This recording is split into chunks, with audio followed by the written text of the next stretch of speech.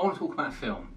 I want to talk about Late Phases, Night of the Wolf. Late Phases is a werewolf film made by the people who made Stakeland. Stakeland was a great vampire film starring Nick D'Amici, and he's back this time playing a role way beyond his years, but looking every bit as he should. The makeup on him is very subtle but very effective to make him look like a Korean Vietnam War veteran. It also stars Ethan Embry as his son, who finds him a burden and just wants to put him in an old people's community. It starts off with him choosing his own tombstone, or rather shopping around for his own tombstone, because he can't quite make his mind up. The film gets right into it, and 15 minutes from the start you get to see the werewolf in sorts. You get a good shot of him, but it's a bit of a teaser at the same time. You get a kill from his neighbour, and from that point on, Nick's character is on the hunt. No one believes him that a werewolf killed his neighbour. Most likely that's because he's blind, which I should have mentioned at the start. And the reason he wants revenge on this werewolf is because he killed his best friend, which is his Alsatian, his guide dog. Now, he proceeds for the next month to start training. He gets a shovel that he begins to start his own sort of weapons training regime with, and then he gets taken in at the same time by the old people's community and gets carted off to a church group. Now, all during this time in the film, you meet a different cast of characters, each of whom could be the werewolf.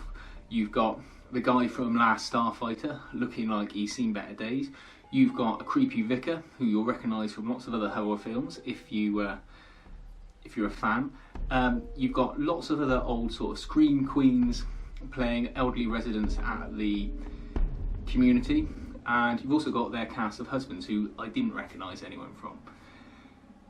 When it comes to the full moon, you find out who the werewolf is, and he starts to recruit other members of the community as backup.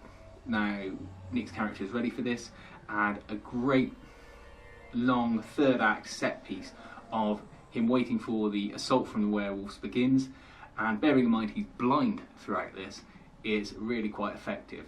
And it's as realistic as a werewolf attack can get, but he actually gets injured throughout this, and the end is bittersweet, but it's good.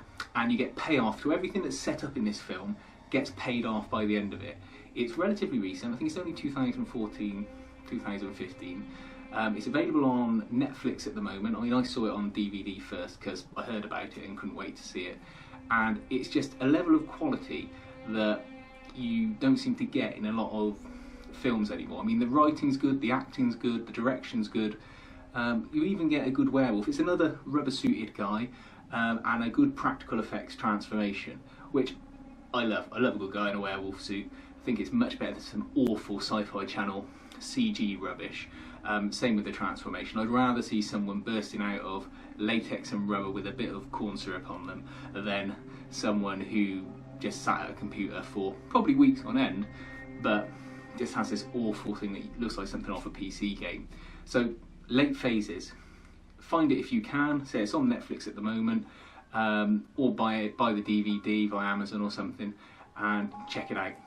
And don't forget to subscribe if you like the stuff we're doing on this channel, and throw us a like out. And if you've got any other films that you think are hidden gems that other people might not have heard of but deserve to be talked about, then pop them in the comments and see if I can dig them out from my collection, because I've got quite a vast one.